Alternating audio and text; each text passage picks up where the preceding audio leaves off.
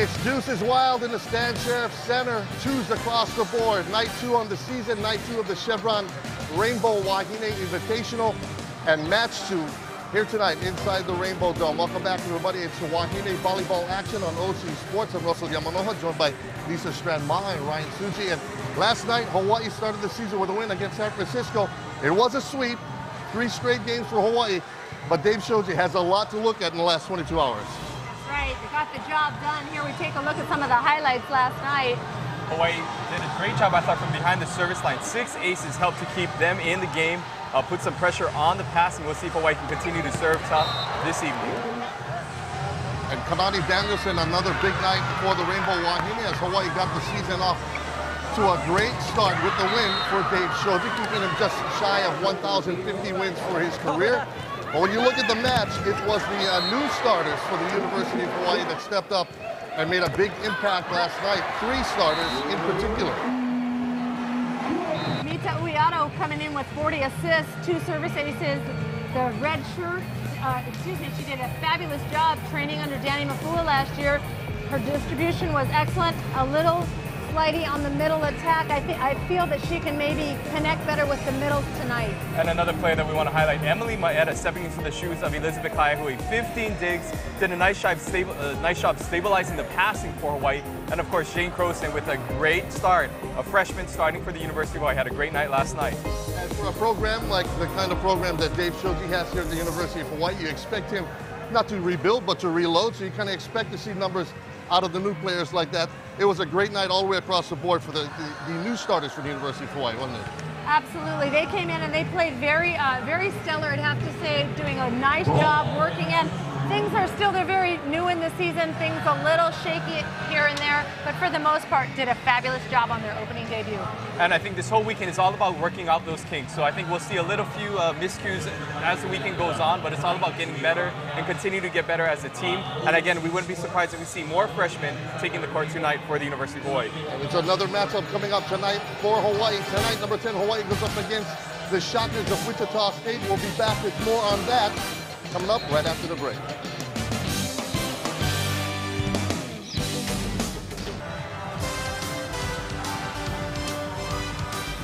Welcome back to the Rainbow Dome. It's night 2 of the Chevron Rainbow Wahine Invitational. Last night, Hawaii got the season off to a pretty good start, thanks in no small part to the play of Jane Croson. She was an impact player on night 1, and her coach and some of her teammates had some words about the impact that Croson is having here in the early going part of the season. Jane Croson is probably the most well-known recruit that we've had in many, many years. Maybe since Kanani anyway, but you know, brings to us a lot of offense. I think definitely Jane Croson. She's an amazing player.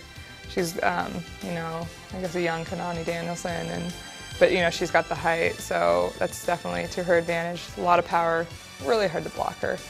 She will be an impact for our team. You will be hearing her name a lot, and I think for her freshman year, she's going to have a nice breakout year. No, this is not all that unexpected. Again, we talked about Dave Shoji has one of those programs that they like to reload, not rebuild. Jane Croson had a big night last night. You expect to see that a little bit coming out of this Hawaii program. New players coming in and picking up with all that tradition behind them. And she has a very critical role, Croson does, coming into this season with the redshirting of Michelle Weber. Now, remember, Weber is a returning starter from last year's squad. Weber will be redshirting, which means Croson is going to be on the court a lot for the University of Hawaii. She's going to need to carry that load. If she's struggling to put balls away, they're going to have to move Emily Hartong, the next person in the depth chart for the outside hitting position, which then will leave a hole in the middle because Hartong currently occupies that position. So there's a lot of dynamics that's going to be shifting around if Jane Croson doesn't hold her own. And as we saw last night, she certainly can. Well, it seems to me that she's going to hold her own because this young lady really is the real deal. That's why she was so highly recruited. Lucky Hawaii got her, landed her, and she is definitely an immediate impact player. You're going to see a lot of this young lady, and she is going to make a name for herself. Well, it'll be interesting to see how Jane Croson does tonight here in match 2 on the season. Jim Leahy and Chris McLaughlin will be calling it courtside. Let's send it over to them for their input. Thanks, Russ. When you take a look at this conversation between everybody and Croson, remember, it's one game. It's just one game. So I asked her during a practice session this afternoon, I said, what do you think? How do you think you played? What grade would you give yourself? And she said, well, I think I'd give myself a B minus. A B minus. I did something that were very good, and I did some things that were not very good. I mean, that is the absolute truth, because it was one game. And she's very truthful with herself. She did something wrong. She's not saying, oh, I had an A or anything like that. She's a very truthful person and a very good player. Yeah, what I liked most about her play last night was her passing. They tried to pick on the freshman last night, did USF, so they served her a lot of balls. They served Maeda a lot as well. I think both of them passed the passing test. Both of them played quite well. And what else I liked about Croson was she's attacking the ball out of the back row, which takes a lot of pressure off the front row attackers. So she had a lot of those pipe sets out of the middle behind the 3-meter line, and was very, very effective. She's got that high snapping arm swing and hits with power. What about Maeda? Because I asked her the same question in the practice session today. She said, oh, I think I got hopefully a C plus, maybe a B minus. I mean, very, very modest. She was very modest. I said, I think you did better than that in the first game. But that's the first game, and the first game is now history. What about tonight? She's been way too hard on herself. She had 15 digs, she led the team, averaged 5 digs a game. That's like, that'd be in the top 10 in the country. I mean, that's great defense, and she threw her body all over the place. I love the way she plays with abandon. Well, I asked those two players those questions to ask you this. The opening night is over. What about tonight? What about the second night of going out here? What do you think their performance will be, not only them, but the whole team against Wichita State? I'd be surprised if they didn't play even better. This first night is like jitters night. Night number 2, they should play as if they've been here before, which they were last night. So I suspect that all 3 of those new players, Mita Uiato, Emily Maeda, and Jane Croson, will all play better. I expect nothing less. Let's go back to Russ.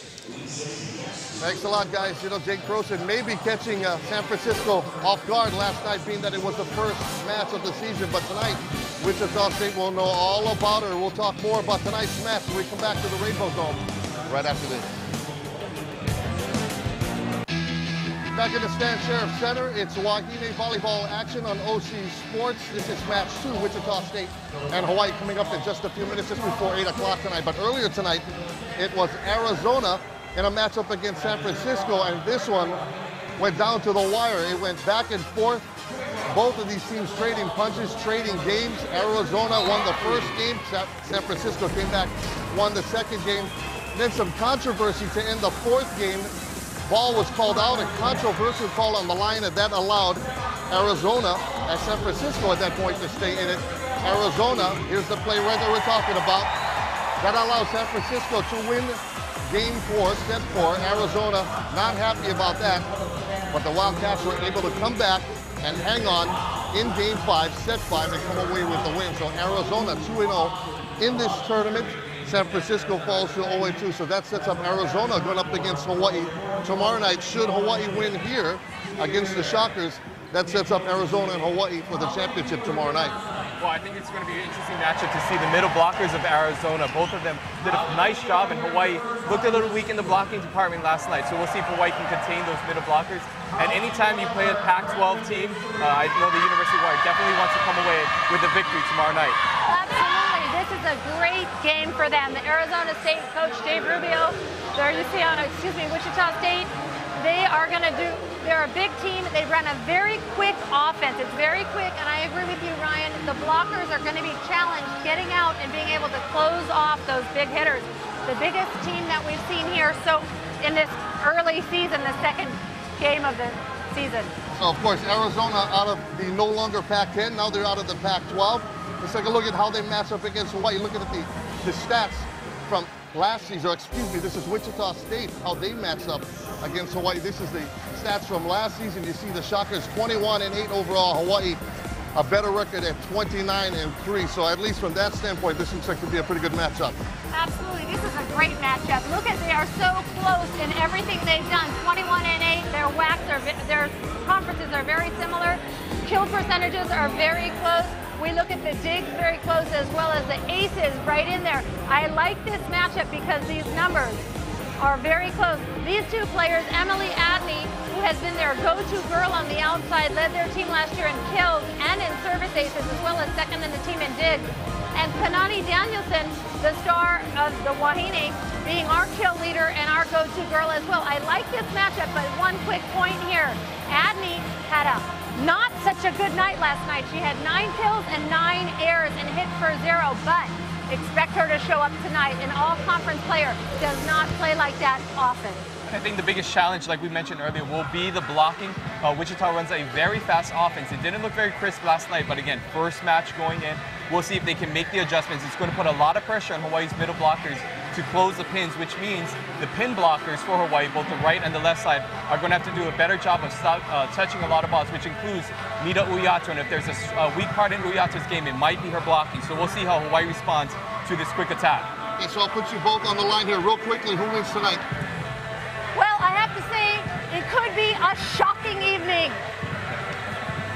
I think it'll be Hawaii. If they continue to pass well, I think Hawaii has this game, but it could be a challenge. All right, so we'll see how it shakes down. Hawaii and Wichita State. Hawaii, the number 10 team in the country, playing at home. We'll be back with the national anthem from the Rainbow Dome right after this.